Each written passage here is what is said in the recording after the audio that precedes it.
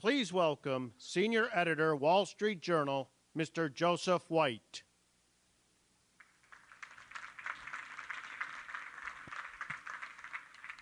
Good afternoon, everyone. Wow, bright lights. Welcome to our Wall Street Journal Economics Symposium on the challenges facing automakers and the auto industry as they try to respond to the demands from regulators and consumers for cars that are more efficient, emit less carbon dioxide, and are easier to pilot in our crowded big cities. This is our first event like this here at the North American International Auto Show, and I'd like to thank the organizers of the show for letting us have this time and this space. Like the video, this is just a taste of what we do at the Wall Street Journal Economics Conference, March 21 and 23rd in Santa Barbara. I can testify that it's a very nice place to be in the springtime. And it's also a really fascinating conference. This is just a little sample of it. We hope you'd like to come for the bigger event someday. We're going to be hearing today from two senior executives, auto industry executives, who are directly involved in developing the marketing and technology strategies required not just to put greener, smarter cars on the road, not necessarily smaller, but to convince customers to buy them, which is the real game. You can design a brilliant car that emits little or no carbon dioxide, navigates around traffic jams, and connects the driver to a web of information about mass transit and other ways to get around car sharing services. But if customers don't see the value in this, they're not going to pay for it. You won't be able to sell the cars, or you won't be able to sell them at a profit.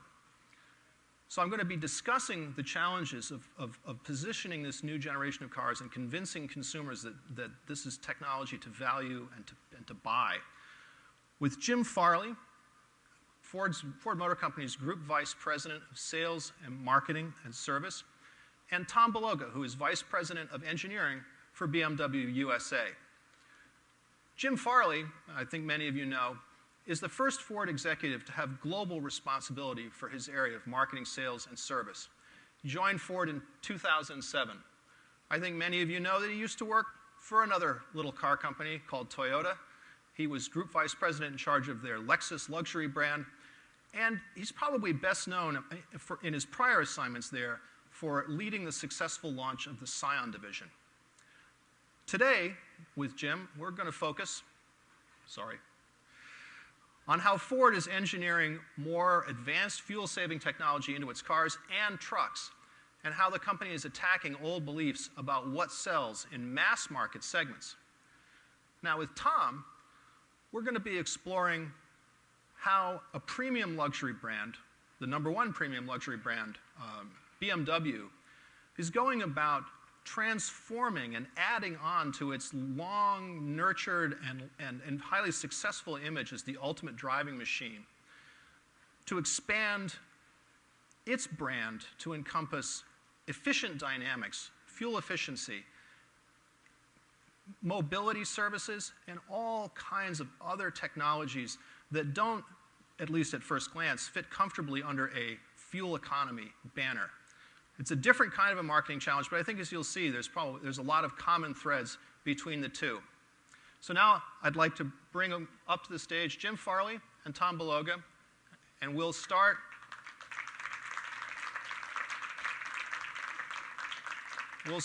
I'll start with some questions for them, and then toward the end, we're going to open it up to questions from the audience. So I hope you'll have some. That's always fun to have questions from people who are out in the audience.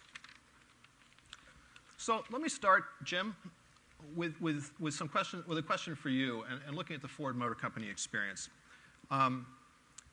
You, like a lot of your competitors, looked at turbo direct injection technology as a way to get both fuel efficiency and performance from small engines, 4-cylinder engines.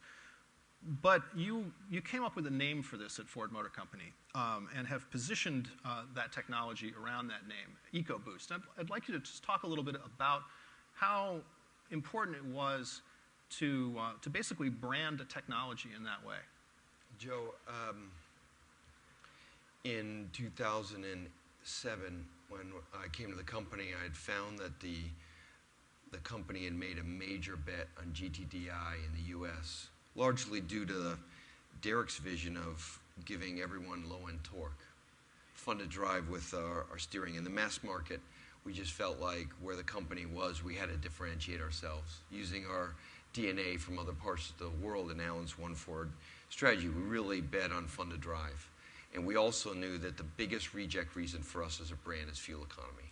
It also correlated the highest with the other factors that drove favorability and pricing, quality and smart new technology. So quickly looking at the data and where the brand was, it became extremely clear that we were going to be the first of the mass market brands to bet big on GTDI installation as our core engine in all of our core car and crossovers. You're starting to see that now with Escape and Fusion. That bet, had just been kind of made by the company. So as a marketer, I looked at that and said, the product-related costs associated with the installation, all of the electronics, the turbos, everything is very expensive. How are we going to get customers to pay for this? It's not a hybrid. It's and other manufacturers have been selling GTDI in Europe, especially, but also in the U.S. Well known in Europe as a technology. Exactly, and other than Volkswagen in the mainstream market, not a lot of people had gotten any revenue for it. So we were very diligent on the name because we wanted the boost to be part of it because we wanted this not to be just great fuel economy. This was not about eat your spinach. No, this was about giving the diesel feeling to American customers without all the after-treatment cost. Except that a lot of American customers don't know about diesel. Right. So they don't know, but we know they would like that low-end torque. So that's and they'd be surprised by it. So that became the boost part. Yes. So we had a huge discussion in the company about whether the eco side would win or the fun-to drive side would win. Remembering that we were going to implement it on our top-line cars like the Taurus Show and the Lincolns first, there was a group in the company that said, let's really focus on the boost. And when we talk about the fuel economy and the downscaling of the displacement, they'll get it. And what we settled on in the end wasn't a political solution in the company. It was acknowledgement that there's no way we could price for this if it was just the environment. And there was no way for us to monetize it. It was just fun to drive. And what we really wanted to do is explain it was both. Now, will people get that from the name or the badge? Not immediately. But the most important thing for us was to put a name on it like Kleenex so we could own it because we knew all the other manufacturers were betting on it. We just happened to be coming to market first. In this market? Yes. Tom, let me. It's a variant of the same question because BMW, and I don't know if your customers were feeding back to you at any point in the last 4 or 5 years, wow, we're really worried about fuel economy. I don't know if that would be a problem for the people who buy the ultimate driving machine. But BMW has been talking about efficient dynamics for quite a while. I guess it's some of the same concerns. So talk about that decision and that branding and marketing decision from a BMW point of view. Sure. Back in 2000, a group of senior managers got together and said, we know this efficiency is going to have to improve dramatically. They could see what was happening in Europe with movements toward reducing greenhouse gas and so forth back then.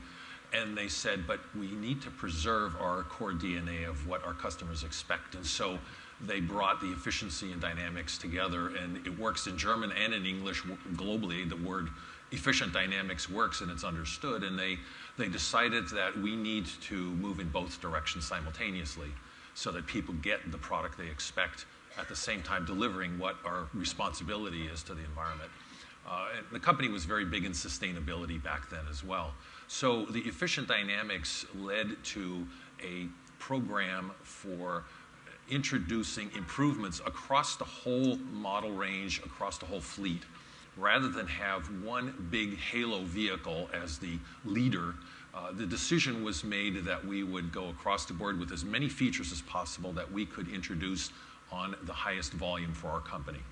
And that would end up in a net best benefit for the whole fleet. And so efficient dynamics then was born with that idea, things that we could put in every model. And we launched these different features. 2007 was a very important year for us with Efficient Dynamics. We got the word out. We start talking about it. And the Efficient Dynamics has served us very well in terms of reducing our fleet fuel economy greenhouse gas output to the point that's really astonishing. We've improved it nearly 30% over the number of years. And so that Efficient Dynamics was a core program that we've carried forward and we still promote today so that we can have people getting improved fuel economy, reduced greenhouse gas, and at the same time, the fun to drive that people expect. And you mentioned you're not so sure if a BMW purchaser will be concerned about fuel economy, and it's on their mind. They're aware of it. It isn't the #1 priority, of course, but people are aware of it, and they expect certain things, just like they expect the highest level of safety. One quick point I'd like to follow. It seems like Efficient Dynamics, the BMW has used Efficient Dynamics as kind of an elastic sort of umbrella, to mix metaphors, for a bunch of different technologies. It's not just one thing. Correct. Whereas, and maybe you would disagree with this, Jim, but I think with Ford, EcoBoost is associated with the powertrain strategy. Well, it actually depends on the region in the world. For our company, pricing power in Europe comes from technology. It doesn't come from fuel efficiency, because everyone is relatively fuel efficient. So, and because the CO2 requirements are so country specific and so much lower on the purchase funnel, we use Econetic Technologies as a basket from start-stop all the way to a full hybrid or now fully electric Focus and everything in between. One of those technologies is EcoBoost. Okay. So even in the Ford world, you can find similar kind of, how do I say, basket. All right. One of the, I thought, most interesting, and it wasn't an experiment, that's the wrong word, but the interesting applications of EcoBoost in the Ford portfolio was the EcoBoost 6-cylinder that you have put on in the F-150 yes. as an option. And I think I, like a lot of people who've covered the auto industry for a long time, figured this is doomed. In the big pickup market, no V8 is no sale. But I think history, or the recent history, has proved me wrong. Talk about the F-150 EcoBoost and what you learned from the execution of that strategy, both pro and con, if there are any cons. Yeah, I think there's a lot to talk about, Joe, about this decision the company made. But you know, we sell nearly 500,000 F-Series every year in the U.S. and just in the U.S. alone. And a year ago, we had no V6s. We introduced a normally aspirated V6 plus the EcoBoost. The big decision we had to make is pricing. Okay, so the biggest learning we've had is it's a lot better to price EcoBoost in the truck case at $850 and get it on 40% of your vehicles, which shocked us, frankly, more than twice what we expected. I'll say it shocked me, too, as an observer in the industry. And it continues even after nearly a year of being on the market. It's still the fastest turning F-Series we have. And it is the high performance F-Series. It's basically the same performance as the 6.2 gas engine. And to democratize the price so you could build the scale, it's a lot better than the opposite. We had tried, what you didn't say is we had tried before to price EcoBoost at $1,500, $2,000, $3,000 premium, bundle it with a lot of other content on Lincoln. And that strategy was not nearly as successful with much higher end customers.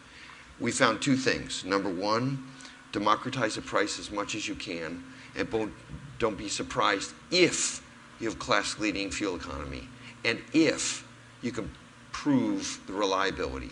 Second thing is, truck customers are more open to new technology than almost any customer in our lineup. Was that something that you knew and had reinforced by this experience, or was the level of that surprising to you based on it? The level was surprising. All of us knew that, you know, we have aluminum in some of our on our hood, and we have, you know, even for such a mass product, we had experiment with in our way, new materials, and we found the customer. We knew the customer was very open to technology because, you know, their truck is their office. People buying trucks today, they need the trucks. It's not like it was 3 years ago.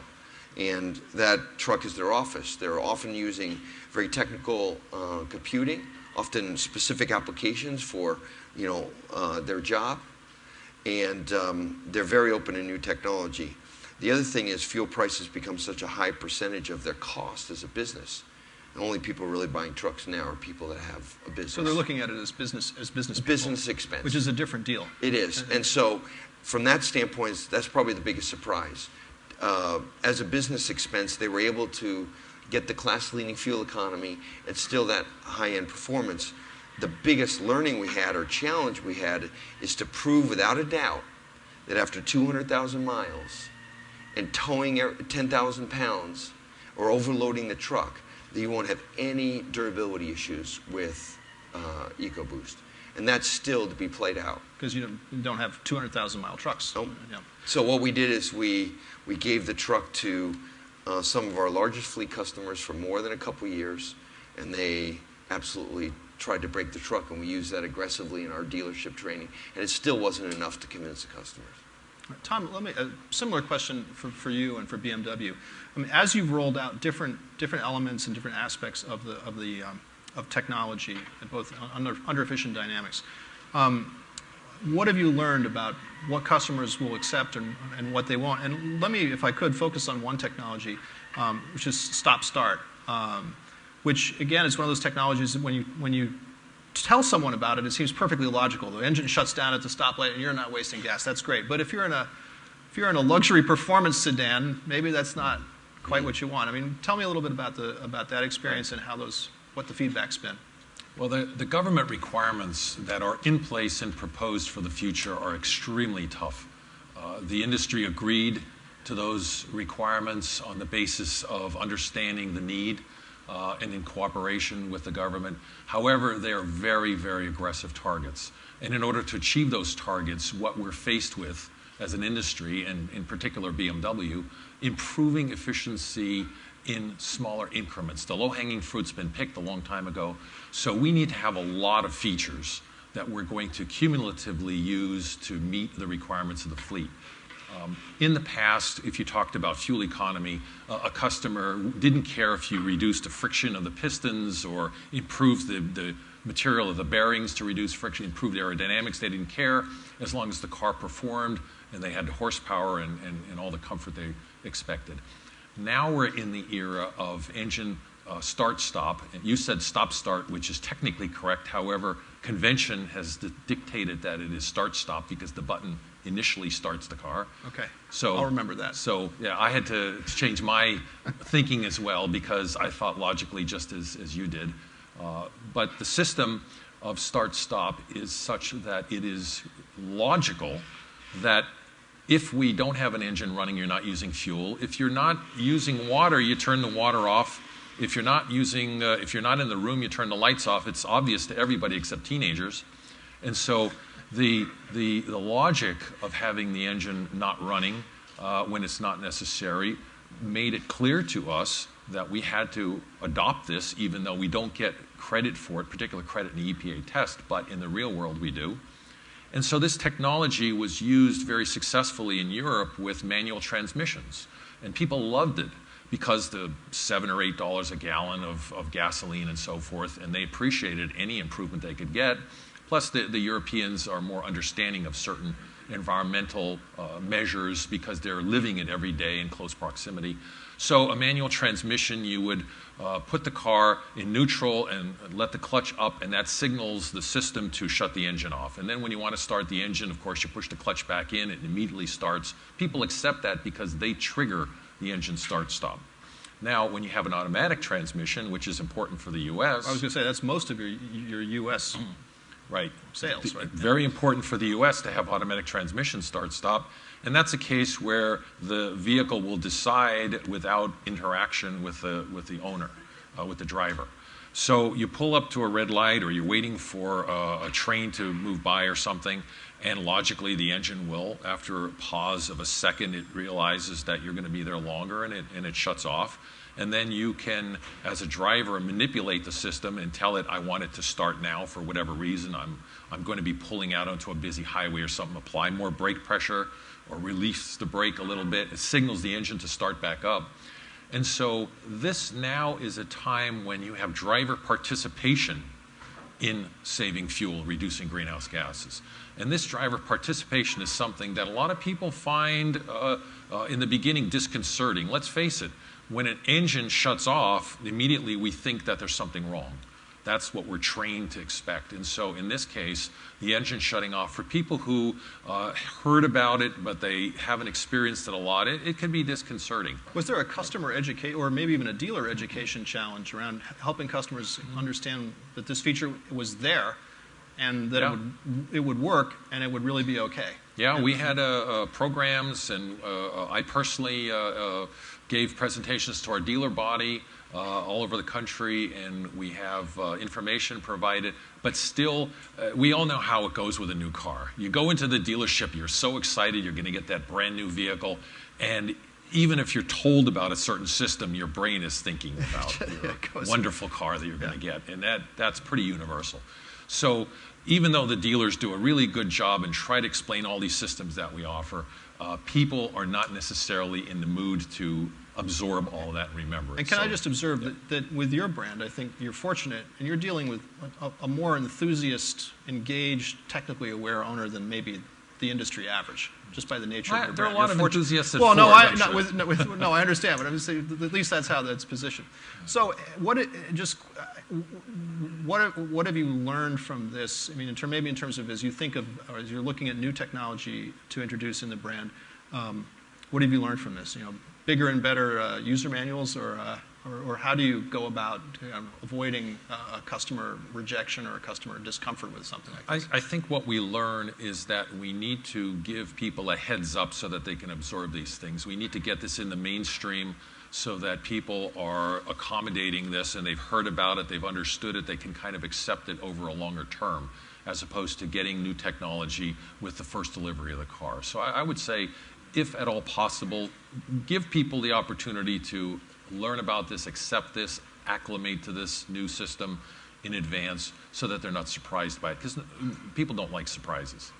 And that's a good lesson I think we can take for the future when there are more and more driver participation, fuel economy, greenhouse gas reduction measures. Jim, on Ford, and from a Ford experience, I mean, the people don't like surprises idea. Is that something that you're trying to do at Ford as well, or are you attacking this in a different way? Well, start-stop, as was explained, is pretty common technology, across our lineup now in Europe and coming to the U.S. No, I think even in the U.S., for example, we've had adaptive cruise control and quite a few technologies that city stop, where the car is braking for you, and active park assist, now active park assist, where the car is actually parking for you. And I think customers, it is kind of different, but more and more customers are getting used to that. It is a challenge, and one of the things we've really learned a lot, especially from Sync and My Ford Touch, but also from all those technologies, as was mentioned, is the importance of a second or third delivery. We are now giving our dealers an incremental margin that we never gave them before to do a incremental delivery, because as you mentioned, the first delivery, there's so much information coming at them. They really they're so used to on every other product they have. So there's a second sort of go-round with the dealer. Yes, because educating the customer. People learn, they get frustrated, and they also have this deeper feeling like I'm not getting the most out of the automobile. And you can only really address that at some other time. We're offering to do it at their house or have seminars in the dealership, and we've been surprised at how popular they are. And what we're finding is that also the importance of education by the other users. So I think one thing we've really learned, especially around electronics, is the importance of one customer educating another customer instead of almost the arrogance of the company educating the customer through the dealer. But the second delivery was a big aha for us, and I'm sure that we won't be the first. Yeah. Let me, and you touched on an area that I'd like to get into before we get to Q&A from the audience. And Jim, I'll start with you. Tell me a little bit about how you plan to use the onboard connectivity sync or maybe additional, newer systems, new systems that you're developing to give drivers more information that they can use to drive more efficiently. I think you've got a concept called the EVOS or EVOS concept vehicle, yes, that gets into this.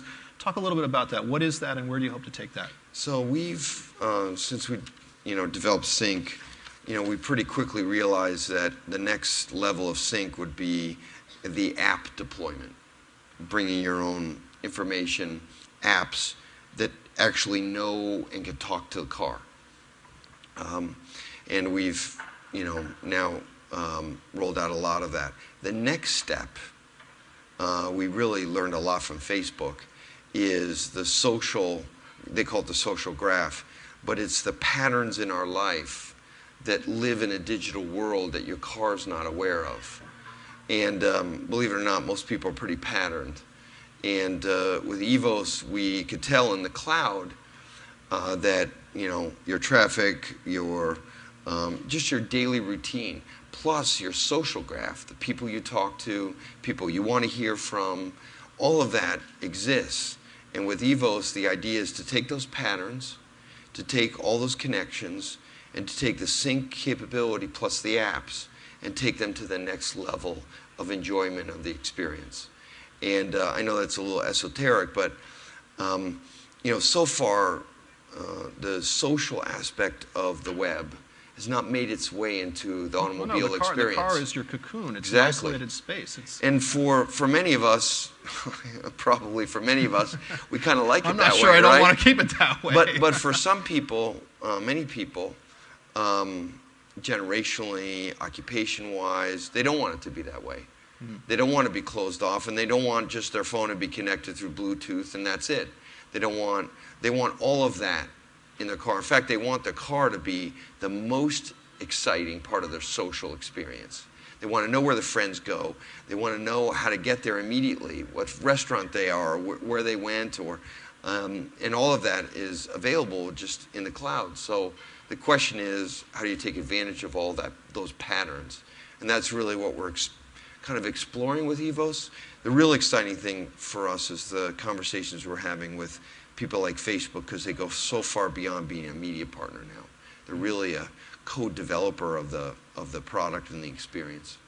Tom, BMW is also looking at how do you connect the driver to information and to different kinds of services such as car sharing and other, broadly speaking, mobility services. I think you've got a unit, a whole subsidiary, the iBrand. Tell us a little bit about that. I know you've done some experiments in Europe around this, and I'm wondering what's going to happen in the United States to develop that avenue for the consumer. Well, we came to the realization that a lot of young people are not particularly enthusiastic about owning a car as previous generations. For example, some people have done studies and found that there are young people who would rather have a smartphone than a car. They'd rather use public transportation and so forth. So with the information of the new generation, we're learning from that and listening to those people. And the company embarked on a project to expand the offerings of BMW into mobility services, so that we could offer things for pedestrians as well as people who don't need to own a car. There's certainly a feeling that we have to be able to offer people transportation. Personal transportation will never go away. And so in that regard, we began an entity called iVentures, which started out with a $100 million possibility to invest in such mobility technology. And as a result of that, there are ideas coming forward that we've implemented first in Europe, in particular the car sharing plan, where right. Someone who doesn't need to own a car, they can use it by the hour and so forth, making it very easy with the swipe of a card and so forth. There's also another a plan that evolved from that called Park in My Driveway. And there were some studies that indicated that in congested cities in Europe, about 50% of the miles traveled in that city were looking for a parking spot. And so even if it's 30%, it's not exactly a few miles. And so And it's not the most fun driving you're going to do. in your it's not BMW fun. 5 It's Series, is it? wasteful. It's really not an efficient use of anything.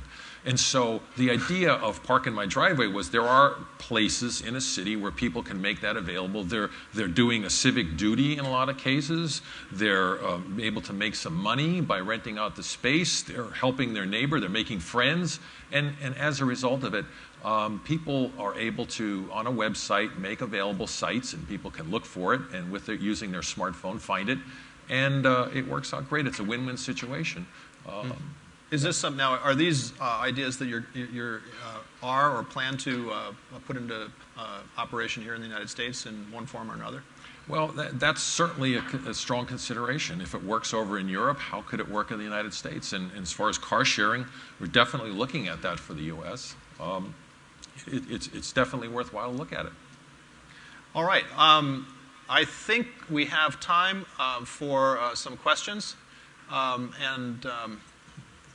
You have to pardon me because the lights are a little bright in my eyes, but if I do this and I do the Lone Ranger thing and look out in the audience, are there some questions? Hands? No? Yes, sir, in the front. I was crazy about the European Fiesta.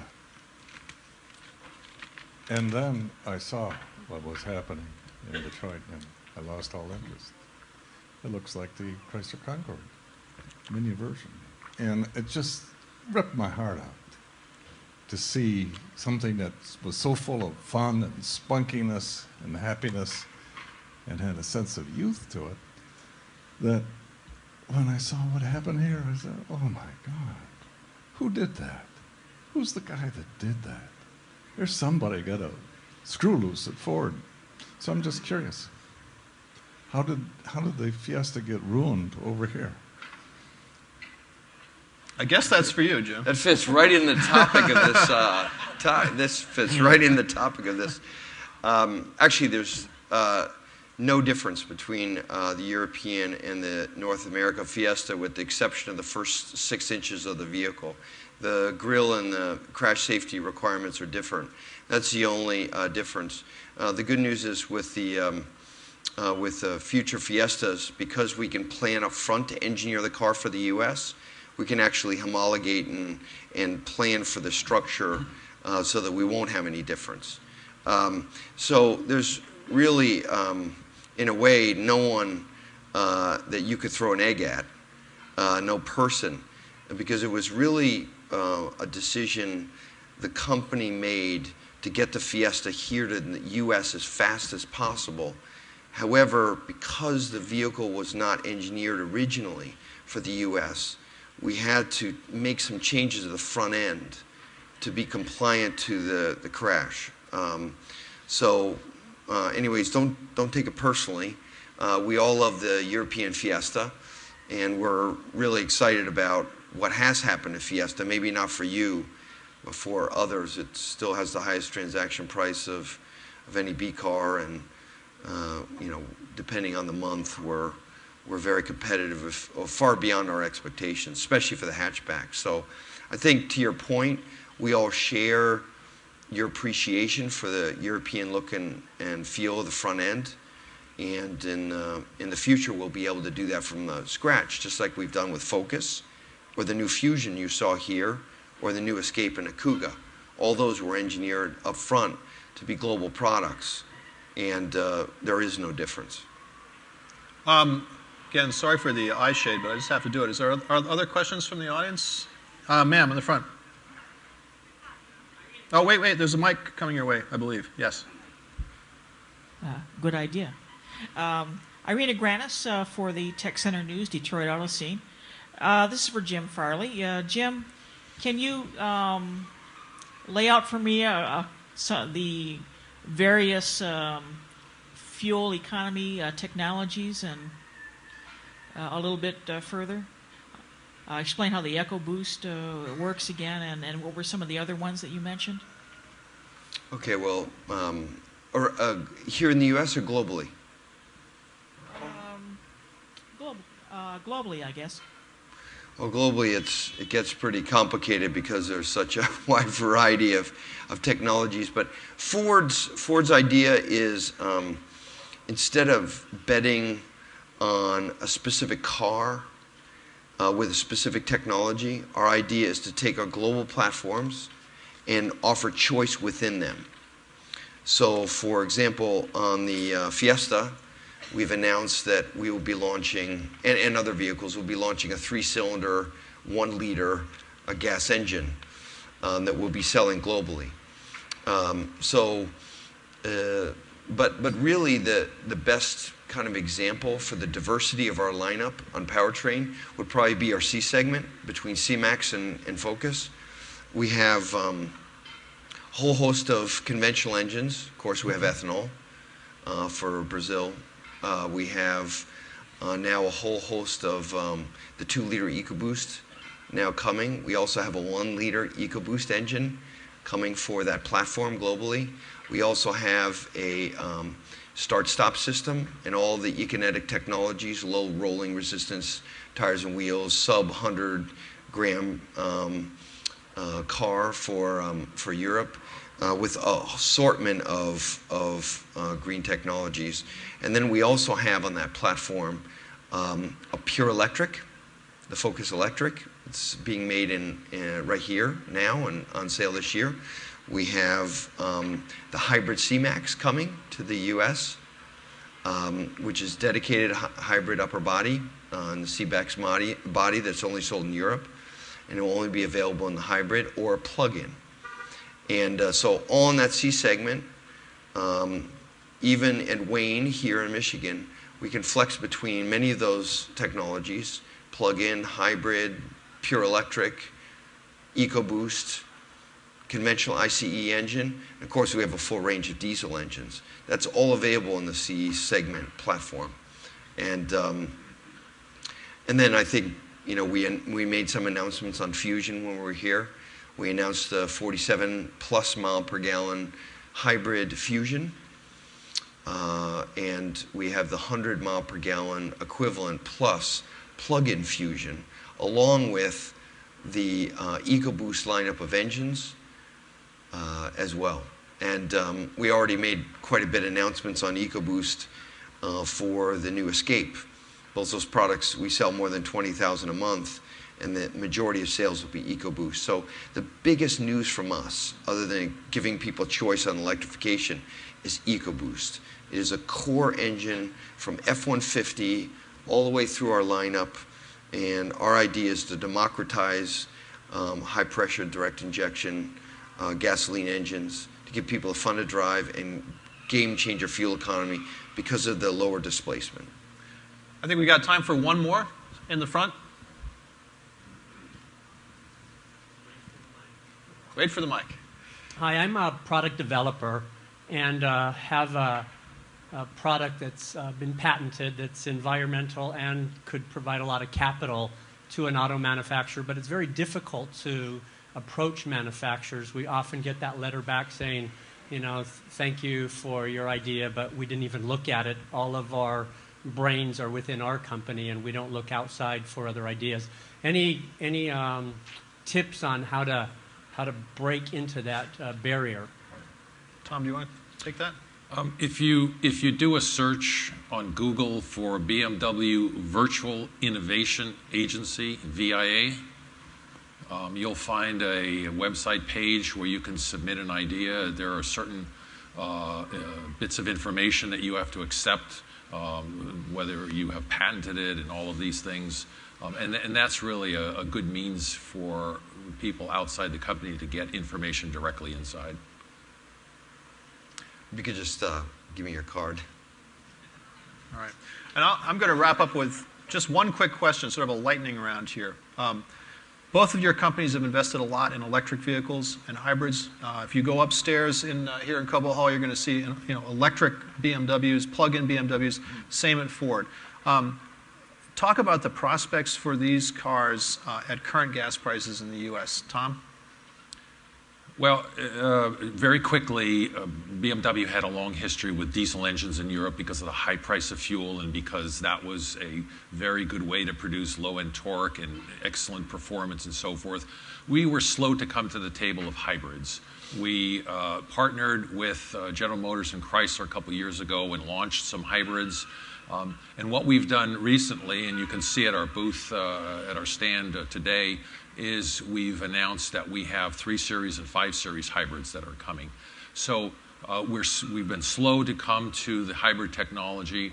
I think the prospects for us are very good to persuade customers to buy these vehicles. The technology has advanced significantly. The vehicles perform extremely well. They're quiet and smooth. I've driven some of these vehicles, even some on some of the toughest hills out in San Francisco, down Lombard Street, up the next streets, and they really perform very well, and I think people will be pleased when they get behind the wheel. Jim, $3.50 a gallon for gas, even up to 4. How much advanced for the electric car demand is Today? there? In this country. It's what it is in the industry, 2%. Not very much. No. You know, obviously everyone expects fuel price, and that's our business plan too, to escalate. And we said publicly between 20 and 25% of the U.S. Volume could be some form of electrified vehicle, majority being obviously hybrid. But that will all be dependent on that range, on public policy, incentives, fuel price at the time. But in today's market, the electrified vehicle is 2 to 3% of the industry, and almost all that volume, obviously, is just hybrid. Okay. Jim, Tom, thank you very much for your time. I know you have busy schedules, both of you. I really appreciate your coming. All of you, thank you very much. That does it. Back to the show. Thank you. Okay. Thanks, sir. Thanks really for your time. Nice to meet you.